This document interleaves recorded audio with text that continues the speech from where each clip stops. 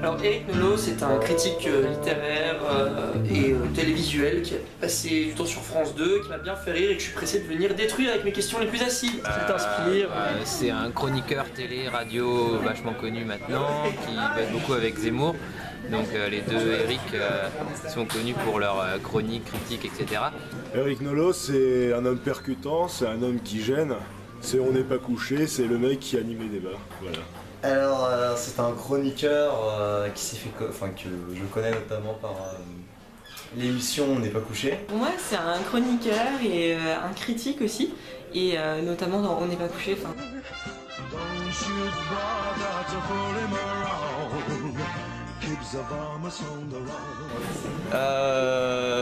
Et moi je trouvais que c'était intéressant parce qu'avant on n'osait pas critiquer comme ça. Enfin, généralement c'est un peu construit quand même, et comparé à Nolot c'était pas forcément, enfin il les mettait pas au bûcher ses invités. À Zemmour tu veux dire?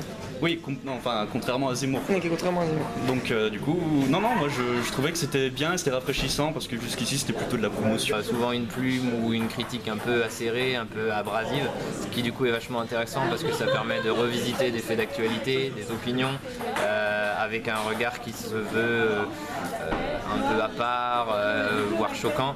Et ça c'est bien parce que c'est comme ça qu'on crée, qu'on provoque la réflexion et que donc on peut faire avancer les débats, je pense.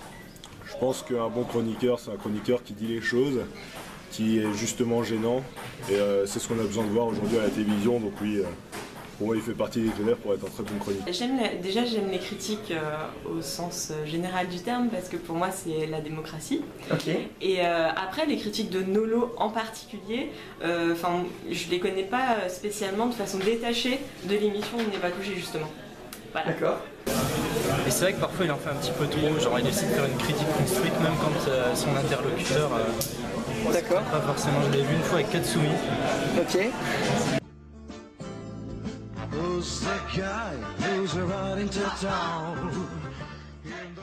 Il est juste, mais parfois, voilà, il sait bien faire ses critiques. Il me semble qu'il y en avait une fois, il avait même fait une critique entièrement en vers, c'était pas mal. Ouais, de ce que lui, c'est toujours, il y a un espèce de processus dans la manière de critiquer, une espèce de spectacle, effectivement. À mon avis, ça dépend du style du critique, c'est-à-dire que lui, c'est un peu sa patte, son style à lui. Ça crée une espèce d'identité qui est du coup très reconnue. Je pense que bon, c'est une question de style. Après, je pense pas que ça a eu une influence fondamentale dans la manière de traiter un sujet. Alors je trouve qu'ils sont... Zemmour et Nolot ils sont un peu sur un positionnement milieu parce que c'est un peu des gars qui veulent se dire voilà, on est un peu les héros du franc-parler, de la parole libre, etc. En même temps je pense qu'ils sont quand même aussi là pour faire le buzz et qu'ils en jouent vachement et que finalement ça remet un peu en cause l'authenticité et le fondement de leurs propos. Oui, un petit peu trop agressif, mais après c'est aussi ce qui fait la réussite des entretiens avec eux.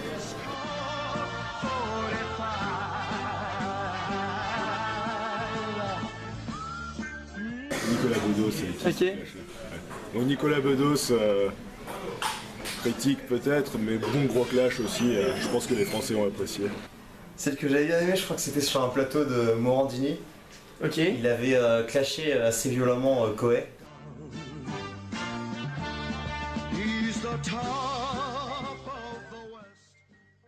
Bon, vous avez voulu écrire un bouquin, mais c'est nul, faut le dire. Voilà. Bon, ça, c'est un peu l'esprit d'Éric Nolot pour moi.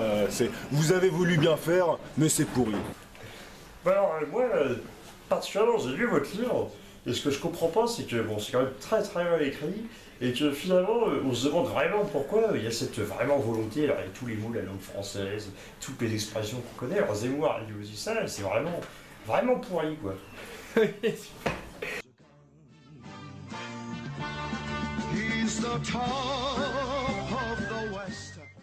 Voilà, non, moi ce que j'aime bien, c'est la façon dont vous mêlez humour, finesse et pertinence. Voilà. Ok. Non, mais ça m'excite de le voir, en tout cas, je serai là jeudi, très content de le voir en tout cas. Voilà, Okay. J'espère qu'il nous fera qui nous parlera carte sur table. Nous, on a besoin de ça en tant que jeune, en tant qu'étudiant. Donc, voilà. Ça marche. Super, merci beaucoup. Nickel. After HH.